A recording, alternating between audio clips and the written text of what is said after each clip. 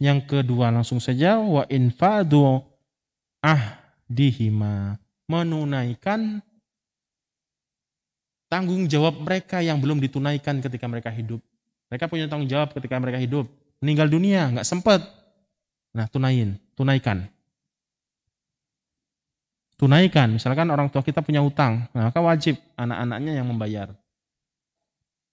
Anak-anaknya yang membayarkan hutang kedua orang tuanya tadi. Atau dia punya janji, maka meninggal dunia belum ditunaikan, maka anaknya yang menunaikannya. Masya Allah, Islam lengkap ya. Allahu Akbar. Sampai perkara yang kayak gini dibahas, udah mati ya sudah selesai gitu maksudnya. Kok ada aja apa istilahnya ya, kebaikan-kebaikan, celah-celah kebaikan yang sempit untuk dilihat sebenarnya. Tapi tidak tertutup di mata Allah Subhanahu wa taala. Kalau sudah meninggal ya sudah gitu. Ini juga menjaga apa? Hubungan antara kaum muslimin. Ya enggak? Menjaga darah kaum muslimin. Kalau orang tua kita punya utang, kemudian meninggal dunia, enggak dibayar misalkan, anak-anaknya enggak mau, maka tersakiti siapa? Yang diutangi. Terus kasihan orang tua kita, gitu. Masya Allah, Islam sangat sempurna.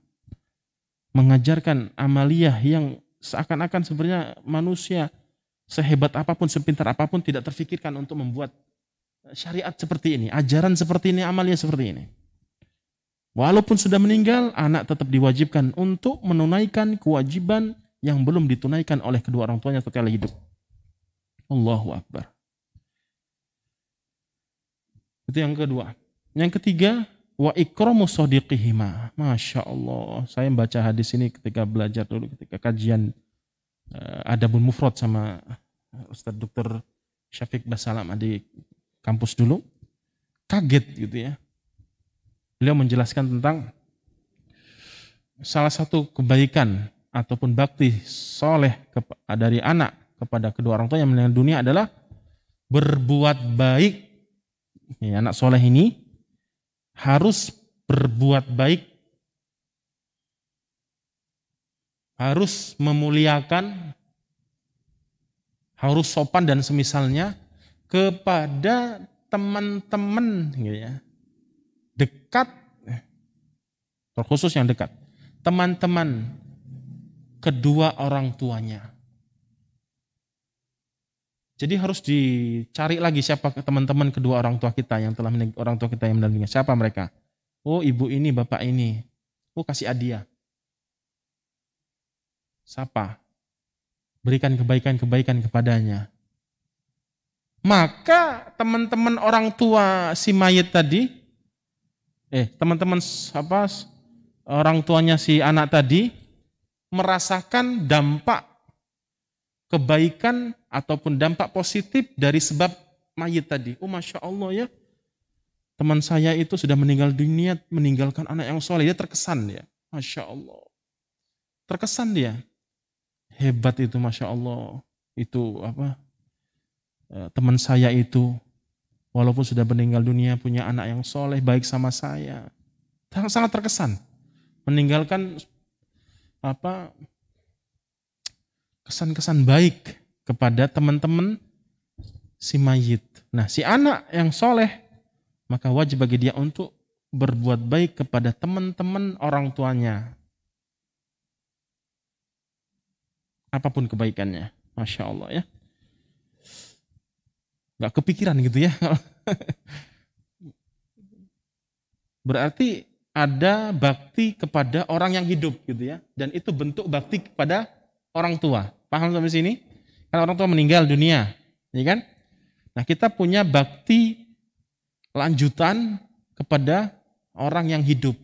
Dan itu dikategorikan bakti seorang anak kepada orang tuanya. Yaitu siapa tadi? Teman-teman orang tua. Tetangga misalkan, tetangga orang tua.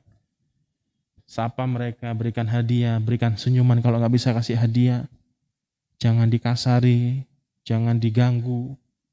Jaga keluarga mereka, jaga anak-anak mereka. Allah. Coba kalau ada satu perkampungan yang seperti itu, alangkah enaknya nih hidup di situ paling. Walaupun makan nasi sama garam tiap hari. Damai kayaknya itu, ya Allah. Kita mendambakan kehidupan yang seperti itu. Ya gak usah jauh-jauh lah, satu kampung aja, satu RT. Wow. Kita sepakat buat apa istilahnya, sepakat semuanya belajar ilmu tentang ini dan harus kita amalkan. Bagaimana kerukunan, keguyupan ya antara keluarga di kampung tersebut. Wah, paling mahal paling rumahnya itu nanti kalau dijual. Jadi kalau sekarang kan rumah mahal, tanah mahal itu karena apa? Aksesnya, ya enggak? Tempatnya dekat kota. Nah itu, rumah itu walaupun di desa, perumahan itu walaupun di desa, mahal karena, hebat banget kalau orang mau beli kan. Misalkan ada salah satu keluarga yang pindah misalkan, menjual rumah di situ. Dan terkenal kampung itu, kampung Masya Allah namanya. Misalkan, kampungnya namanya apa? Kampung Masya Allah. Coba diusulkan nanti. Nah, ada yang keluar dari rumah tersebut, menjual. Rumahnya biasa tapi dijual 2 miliar misalkan. Rumahnya berapa kali berapa yang paling yang kecil ya. Ada yang mau beli, hebat ini yang beli. Betul-betul ingin kebaikan akhirat. Aduh gak kayak gitu, Masya Allah. Gak kepikiran kita itu, manusia itu gak kepikiran. Bagaimana orang itu berbuat baik kepada kedua orang tuanya walaupun sudah meninggal dunia, yaitu salah satunya berbuat baik kepada teman-teman orang tua. Dan itu berdampak sekali kepada mayit, kepada orang tuanya. Itu ketiga. Yang terakhir, wasilatul rahimul lati la rahimalaka illa min qablika min qibaliha. Yaitu menyambung tali silaturahim dari sisi kedua orang tua kita. Teman orang tua saja kita berusaha untuk berbuat baik kepada dia, apalagi yang memiliki rahim dari kedua orang tua kita. Seperti itu.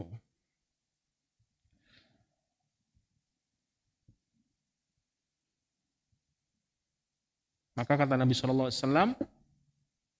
menutup dari 4 poin tadi, beliau tutup SAW, beliau tutup fahuwallazi baqiya 'alaika min birrihima ba'da mautiha. Itulah 4 poin itulah yang tersisa yang engkau harus amalkan, yang wajib engkau amalkan sebagai tanda bukti kebaktian ataupun perbuatan baik engkau kepada kedua orang tuamu setelah meninggal dunia. Allahu ta'ala a'lam. Masih banyak yang kita sampaikan, kita cukupkan sekian. Insyaallah ya.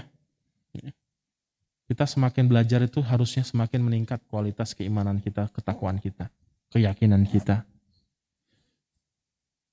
Coba kita pertanyakan diri kita masing-masing. Ketika kita belajar, tambah datang kajian, baca, buka buku, mendengarkan pengajian, mendengarkan ilmu, ada nggak sesuatu yang bertambah? Kualitas keimanan kita tuh bertambah atau tidak? Ketakwaan kita tuh bertambah atau tidak? Ketakutan kita kepada Allah itu bertambah atau tidak? Coba. Kalau tidak, bisa jadi salah cari ilmu. Metodenya salah. Atau kita nggak ikhlas, atau macam-macam indikasi-indikasi yang menyebabkan kita itu tidak merasakan nikmatnya ilmu agama. Saja, kita cukup sekian. Semoga Allah Subhanahu wa taala memberikan hidayah dan taufik kepada kita semua untuk mengamalkan kebaikan apa yang kita pelajari saat ini atau yang telah lalu.